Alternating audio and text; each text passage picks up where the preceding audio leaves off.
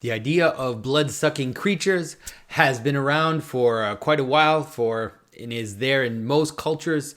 But what I want to look at in terms of the vampire is looking mostly at how it has developed in the modern time, especially from the time of Bram Stoker. It seems like the vampire has taken up a particular niche in the world of monsters, and I think it's a niche that it's important to understand at the moment.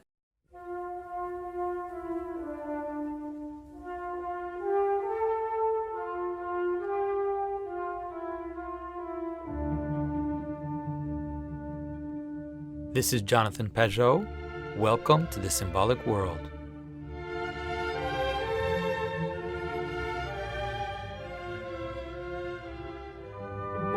Now, the notion of vampires has been around for a very long time. The idea of people coming back from the dead to take other people's blood. Let's say in the older versions of the vampire, it's mostly the imagery of a parasite, or of something which is coming from the outside, which is coming from below, like an insect or a mosquito that is feeding off the living. And so it is really this parasite. A way to understand it is how, let's say on a more psychological level, is to understand something like someone who dies and what they left as a legacy is going to continue to gnaw at you for one reason or another, is going to continue to act as a parasite on your life despite the fact that that person is gone. The way that the vampire has taken form in the modern time, especially since the time of Bram Stoker, a little bit just with the basic idea of Count Dracula and the idea of an aristocrat who becomes this vampire, who sells his soul to the devil or does something similar and then becomes this creature of the night. And so the interesting aspect of this vampire is that it really becomes the image of a monstrous version of the hierarchy, a monstrous version of the aristocracy. And it's not surprising that it would appear in the time that it appeared, in a moment where narratives about the aristocracy, narratives about hierarchy themselves were, like, let's say, revolutionary, or were, you could see the development of Marxism coming about, the development of, we had the French Revolution was already gone, all of these, the Russian Revolution, all this idea that somehow aristocrats or anything that is a hierarchy is bad was setting itself up. So it's not surprising that the image of the vampire, the way it appears to us, would appear around that time. But at the same time, of course, it shows some, a political slant that the world has taken. But nonetheless, if you look at the image, it can help us understand the danger of hierarchy, or the negative side of something which is above. And the way that it shows it is in a normal relationship in a normal hierarchy, what is above does in fact feed on what is below. And that is, of course, something which might disturb you, but it just happens. If you let's say you are an entrepreneur and you're building something, you hire a bunch of people and you're going to feed on their energy in order to accomplish what you want. If you have people under you in the army or in any business, you are feeding from them their food for your project in order to accomplish your goal. So that in itself is not necessarily weird. What is dangerous is when the effort only goes one way, because usually what happens is there's an exchange. People below in the hierarchy will offer support, will offer sustenance, will be like the food for the project, or the moving towards the goal that this structure has in mind. And what's coming from above will give back value, will give back identity, will give back, in terms of a political sphere, will give back protections that will come from above. And so, the role of an aristocrat is, of course, to protect the people on his land. He's supposed to protect them from invaders, protect them from anything that could happen to the land, but also even provide medical help, provide often education, basic education to the people that were working for him. And so that is the normal exchange. You can always see the normal exchange in a hierarchy as the idea that there's love coming from above, and there's a kind of submission or a kind of pliableness coming from below, where you submit to the purpose of this higher thing, and care comes from above. So that is the normal version. But in the idea of the vampire, what you have is you have what is this aristocratic figure which will seduce, but then will only feed and will not give back, will not produce, will only take. And so you can understand it in the, of course, in the vision of the revolutionaries, that's what the aristocracy was doing, was only taking from below. And you can see it in the Marxist, idea of what the rich do, is that all they do, they feed from below and they don't give enough back.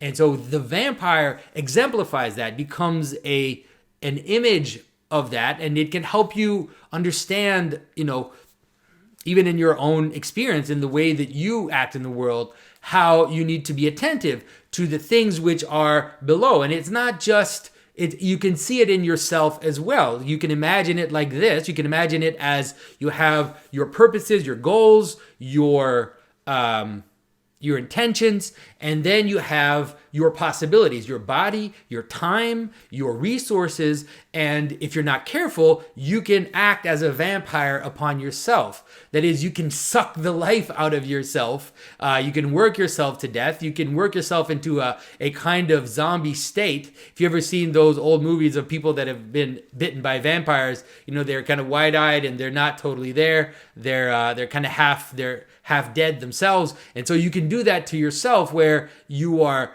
taking from your body and you're not giving back. And everybody has had that experience, so you can understand it, because everybody has had times where they're not sleeping enough, they're not eating enough, they're not doing what they need to do in order to give back to their possibilities, but rather they are just trying to suck themselves dry. And so that is what I think the vampire today represents. And in a way, it's almost as if it's the opposite of something like the zombie, where in the case of the zombie, you have these monsters coming from below that are eating the brain, so you have the body eating the brain. And in the terms of the vampire, you have something like the brain, which is eating the body. You have the top, which is devouring what is underneath and trying to sustain itself by only taking. And that, of course, doesn't work in the long term. And you can keep adding to your body for a while. You can take caffeine, you can take cocaine, you can do all kinds of things to kind of try to add to your body in order to be able to suck it dry. You can see the same in terms of the aristocrat or the leader who is devouring his people. They can add people. They can try to just keep sucking the blood from different people, but at some point that will give them a kind of unnatural long life. But at some point it is inevitable that will fall apart and that will break down. And so in a way, what it ends up being is, if there are sins of the passions, you could call them, and there are sins of the mind, you could call them, the vampire seems to manifest mostly the sins of the mind, or the sins of the elite. It's pride, really. And it's really this idea that I am so important that I can suck all these people dry, and it's justified because of my own self-importance. And so that fits with the idea of the aristocrat, or the idea of a leader, which would be full of himself and would not see themselves rather as having to care and to help those that are below them. And one of the, one of the interesting aspects, which still remains from the older legends, that can help you understand the problem that I'm trying to show you, is this idea that vampires can't stop themselves from counting. There, these legends that if you want to get rid of a vampire, you should throw some rice on the ground or something, and then the vampire will have to count out every single piece of rice, that they can't stop themselves from doing that. And in that image, you can see this idea, like the sin of the mind, the sin through counting, through math, to be able to account for everything. And so the sin of the vampire is actually not to let let's say, the lower things be, but has to account for all of them. And so in that manner, you could imagine the vampire as being something like a false light, something like a false hierarchy, a mockery of a hierarchy. That is why they don't have a reflection. They're kind of this false light, this false aristocrat. And so it's like a dark hierarchy. You could imagine it that way. And so that seems also to be the reason why the way to get rid of the vampire is through sunlight, through exposing the sins of the father, you could say, something like that. To show the evils of the aristocracy, to expose their vices, and to do all that, something which we've seen in history, of course, quite a bit. How people in elite circles tend to think that everything is permitted to them, that they think that because they are above other people in terms of social hierarchy, that somehow the rules of the world don't apply to them. And so a way to get rid of the vampires is, of course, to shine a light on them and to show them for what they truly are. And in that sense, it's also the true hierarchy or the true law which ends up showing itself when you shine a light on it. And that also seems to make sense in terms of the basic idea of the cross, why the cross would also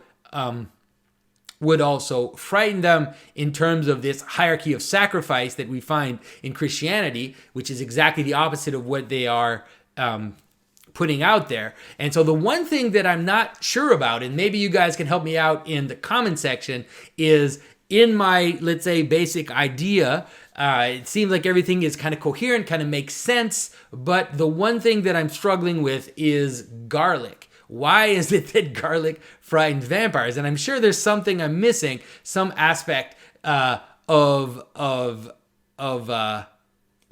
garlic. The only thing I can kind of think of is that maybe it has to do with a kind of purification. So, garlic as an astringent, garlic as this kind of really pure thing, kind of like light shining on, something like that. But here I really feel like I'm speculating. So I'll leave it up to you guys. And hopefully if you say something that I find convincing in the comments, I will pin the comment and give my own response. So I hope you enjoyed this small little thought on vampires. I'm going to put out at least one more monster video for patrons only. It's going to be the one on imps and goblins. That one is very wide, but I'm going to focus on one aspect as well. Mostly, why is it that imps and goblins, all these stories of them working at night for us and doing things for us at night, and then in the morning, the things are already done. And I've been thinking about that a lot, and I think I have an interesting idea about that. So thanks, everybody, for your support, and I will see you soon.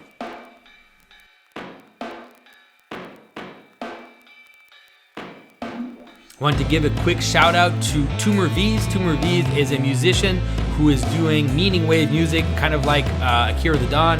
And some of you have heard the song, Obviously Santa Claus Exists, that he did for me last year. So Tumor V's is contacted me and said he wanted to make a bunch of songs based on my content.